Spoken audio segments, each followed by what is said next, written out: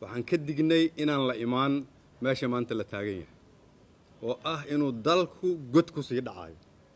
oo ka mas'uul yahay madaxweynaha waqtigiisu dhamaaday waqti horaan sheegnay in muddo kordhintu ama fikirka muddo kordhin ama xukun isku dhajin ama ciidan isticmaalid iyadoon sharci ahayn inay dalkan dib u dhac weyn geenayso iyadoo madaxdii dawlad goboleedyada iyo dawladda federaalku ay fadhiyaan inta aanan muddo xeleedkiisu dhamaan madaxweynaha xilkiisu dhamaaday hadda ayuu gogoshii dhuusamareeb ka soo istaagay adduunyada ayaa dib u soo yaglaashay markuu marar badan isku dayay muddo kordhin ama madaxweynayaal weeraro ama madax kale weeraro ama waa ciidan isticmaalo oo aan niri xikmadda soo hartay waa ciidan kaliya aan ka dignay ayaa adduunyadu waxay ku guuleysatay inay mar kale villa Soomaaliya ka soo kaxayso isagii oo teendhada afasyooni Soomaali isugu keentay markii isagu uu ku fashilmay shaqadii kaliya oo qaranku ka rabay tiina iyadoo la fadhiyo ayuu sida aad marxaatay ka tihin ka tagay maanta waxa ay maraysaa in ciidankii Soomaaliyeed ay ku kala qaybsamaan damaca madaxweynaha waqtigiisu dhamaaday waxaan rabaa markaa saddex fariimood inaan halkan ka diro fariinta koowaad waxaan u dirayaa shacabka Soomaaliyeed qofkii fahamkiisu liitay meesha madaxweynaha waqtigiisu dhamaaday uu dalkan ku waday marxaati waxa kuugu filan meesha hadda la taagan yahay qof walba Soomaali ah inuu aqbalo waayo maanta dariiqa uu madaxweyne Farmaajo xilkiisu dhamaaday dalkan ku wado god buu ku wadaa waa inaan hadda ka sii dignaa taariikhba isqoraysa oo maanta isfasiraysa labo waxaan rabaa inaan u mahad celiyo taliya Saadaq oo garaawsaday in la soo gaaray waqtigii uu shacabka iyo dalkiisa u helin lahaa oo fahmay inaan la ogolaan in xildhibaanada la caburiyo inaan muddo kordhin lagu sameyn baarlamaan isagaba waqtigiisu dhamaaday inaan ciidan ummadda Soomaaliyeed lagu caburin taliya Saadaq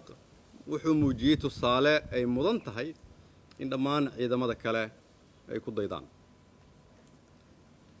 dhammaan dhalinyarada Soomaaliyeed oo ciidanka ah oo aniga i garanaya oo la soo shaqeeyay oo ahaa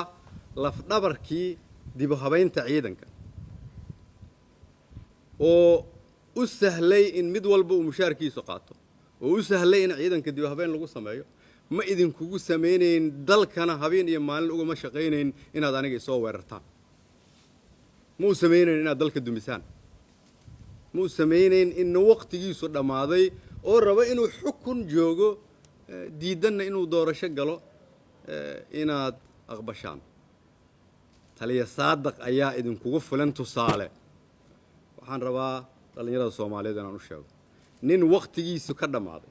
amarkiisa haddii aad raacdo oo aad khalad ku gasho dambiila tahay waana laga daba imaanayaa maantaad fursad haysataaye maanta fursadaas ka faa'iideyso waxaan rabaa inaan u sheego beesha caalamka marar badan ayay nagu soo celceliyeen ay yiraahdeen waxaan ka shaqeynaynaa doorasho haddii madaxdii dawlad goboleedyada oo halkan fadhida uu madaxweynihii xilkiisu dhamaaday teendhadii ka dhaqaaqay kadibna uu u yeertay baarlamaan waqtigiisu dhamaaday si uu muddo kordhis u helo haddii aad tusaale u baahnaydeen tusaalihii waad haysataan macnaheedu waxay tahay maalgelintii Soomaaliya aad ku samayseen mid amni mid dhaqaale waa inaad fahamtaan in dalka dhaqaalihiisu hoos u socdo amnigu hoos u socdo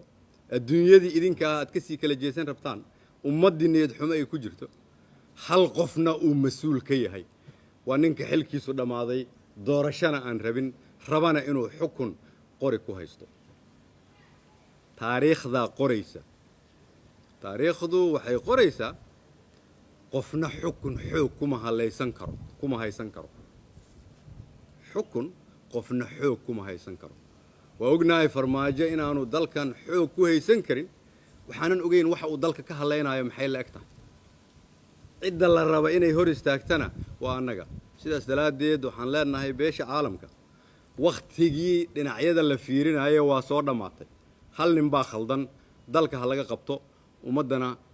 وين لقبت بعديها شعب كصوماليات صدن سنة وخبرة هن لنا أن كفى إيدي سنة تصالحها دبنا يانون ونقنن